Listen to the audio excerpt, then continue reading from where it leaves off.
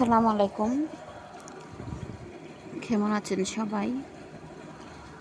আজকে আমি মুরগির পা আর ফাঁক রান্না করলাম।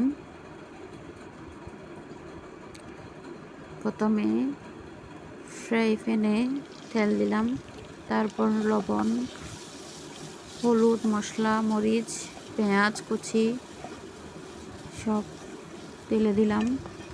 কিছুক্ষণ নাড়াচাড়া করে কষিয়ে নিলাম। তারপর একটু পানি দিলাম, পানি দিয়ে নাড়াচাড়া করে কষানো হয়ে গেলে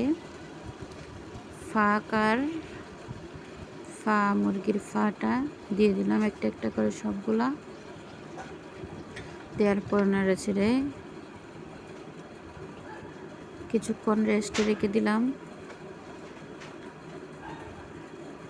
তারপর একটু করে পানি দিলাম।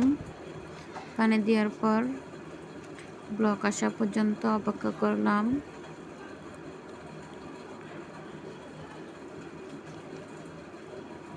তারপর আবার নেড়ে ছেড়ে দিলাম।